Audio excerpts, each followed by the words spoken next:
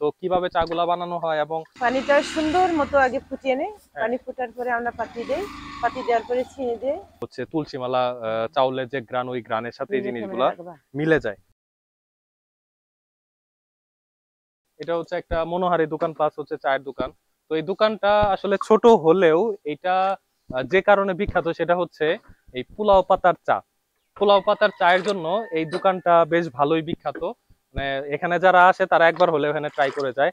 আর আমার হাতের বাম পাশে যেটা দেখতে পাচ্ছেন, এটা ছোট একটা বাগান, মানে পারিবারিক বাগানের মতো। তো এইখানে মূলত হচ্ছে পোলাও পাতাগুলা লাগানো হয়। আর এইখানের এই পাতাগুলা দিয়েই এই চা গুলা বানানো হয়। তো কিভাবে চা গুলা বানানো হয় এবং চায়ের টেস্ট কেমন, এই জিনিসগুলো আমি আজকে আপনাদেরকে ভিডিওর মাধ্যমে জানাবো। তাহলে চলুন দেখি কিভাবে এই চা গুলা তৈরি করে। পোলাও পাতা চাটা আপনি কিভাবে বানান? পানিটা সুন্দর মতো আগে ফুটিয়ে নেই। পানি ফোটার পরে আমরা পাতি দেই, পাতি দেওয়ার পরে চিনি দেই। 3 ধরনের পাতা দেই, একটা কাঁচা তেজপাতা, একটা দারুচিনি পাতা, একটা লং পাতা, একটা পোলাও পাতা, নিজস্ব গাছ থেকে আর কি খাটটা। আচ্ছা আরো আচ্ছা। চা যেন টেস্ট হয় এর জন্য আমি 3 ধরনের পাতি দেই। তো এই আপনি তো নরমালি আগে চাই বানাইতেন, তাই না? শুরু থেকে আমি চাই বানাই। হ্যাঁ, চা বানাইতেন। তো এই পোলাও পাতার চাটা মাথায় কিভাবে আসলো? এটা আসলে যারা বাড়িতে চা করে খায়, হ্যাঁ। এক বাড়িতে গিয়ে দেখলাম যে ওই পাতাটা দেওয়ার পরে কি একটা সুন্দর ঘ্রাণ আসছে। হুম তখন থেকে ভাবলাম এটা দিয়ে করলে হয়তো অনেকের পছন্দ হইতে পারে। হুম হুম। এজন্য এটা দিয়ে শুরু করলাম। আচ্ছা, দেখি এখন সবাই এটার জন্যই পছন্দ করে পছন্দ সবাই। হ্যাঁ, করে। যে চা খাইতেছি, চায়ের মধ্যে হ্যাঁ, পোলাওয়ের একটা গ্রান, নামের একটা জিনিসটা একটু গ্রাম থেকে ইউনিক। যে তুলসী মালা চাউলের মতো সেন্টটা হ্যাঁ, থাকে আর কি। আমি এই যে এখান থেকে গ্রানটা পাইতেছি। যারা প্রথম খায় ওদের জন্য গ্রানটা থাকে, কিন্তু আমরা সব সময় বানাই তো আমাদের কাছে গ্রান আর থাকে না। হ্যাঁ, একদম ইউজ টু হয়ে হ্যাঁ, যায়।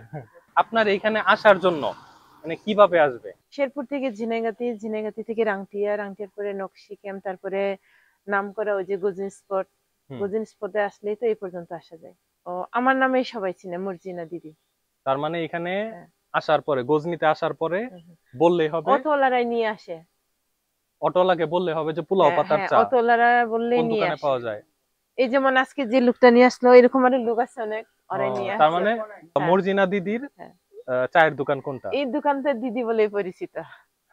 হ্যাঁ, আচ্ছা, তার মানে মর্জিনা দিদির দোকান। হ্যাঁ। আচ্ছা, তো আমি একটু চাটা টেস্ট করি। এই চায়ের যে কালারটা, এটা আমার কাছে বেশ ভালো লাগতেছে।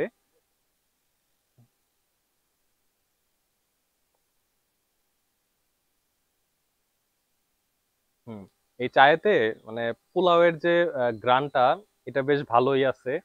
তো আসলে মানে এই জিনিসটা একটু ইউনিক, আসলে ইউনিক। আমরা পোলাও পাতা এটা শুনছিলাম যে পোলাওয়ের পাতা আছে, তো এটা দিয়ে যে আসলে চা বানানো যায় এটা আসলে আমার জানা ছিল না। হয়তো আপনারাও অনেকে জানতেন, অনেকে জানতেন না।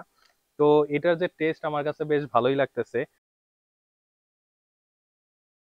তো এখন আমি আছি এই বাগানে।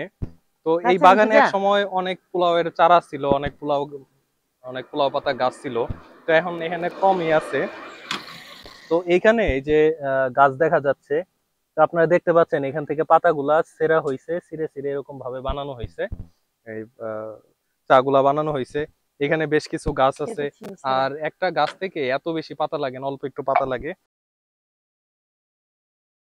আচ্ছা, তো আমি এটা যদি আপনাদের একটু ছিঁড়ে দেখাই, তো এটা থেকে আপনারা বেশ ভালো একটা ঘ্রাণ পাবেন। মানে ওইরকম কড়া কোনো সেন্ট বা কড়া কোনো গন্ধ না, মিডিয়াম টাইপের, মানে খুব সফট টাইপের একটা ঘ্রাণ পাবেন। মানে মনে হয় যে না, এটা আসলে পোলাওয়ের ঘ্রাণের সাথে বা হচ্ছে তুলসী মালা চাউলের যে ঘ্রাণ, ওই ঘ্রাণের সাথে এই জিনিসগুলা মিলে যায়। তো এই ছিল আজকের ভিডিও। তো আমার কাছে বিষয়টা ইউনিক লাগছে। আপনারা চাইলে এখানে আসতে পারেন, আসার পরে এই চাটা ট্রাই করতে পারেন। আমার মনে হয় আপনার কাছে চাটা বেশ ভালোই লাগবে। আমি একটু চাটা ট্রাই করছি, আমার কাছে বেশ ভালোই লাগছে। আপনি যখন মানে প্রতিবার চায়ে চুমুক দিবেন, যখন এটা আপনি গিলবেন, তখন আপনার কাছে মানে বেশ ভালোই লাগবে। আপনি যখন বুঝতে পারবেন যে না, এটার সাথে অবশ্যই মানে এই তুলসী মালা চাউলের যে গ্রানটা, এই গ্রানটা আপনি প্রতিবার খাওয়ার সাথেই পাবেন। যারা ফেসবুক পেজ থেকে দেখছেন তারা অবশ্যই পেজটি ফলো করবেন। দেখা হয়ে যাবে অন্য আরেকটি ভিডিওতে। সে পর্যন্ত সকলে ভালো থাকুন। আল্লাহ হাফেজ। সবাইকে চা খাওয়ার জন্য দাওয়াত থাকলো।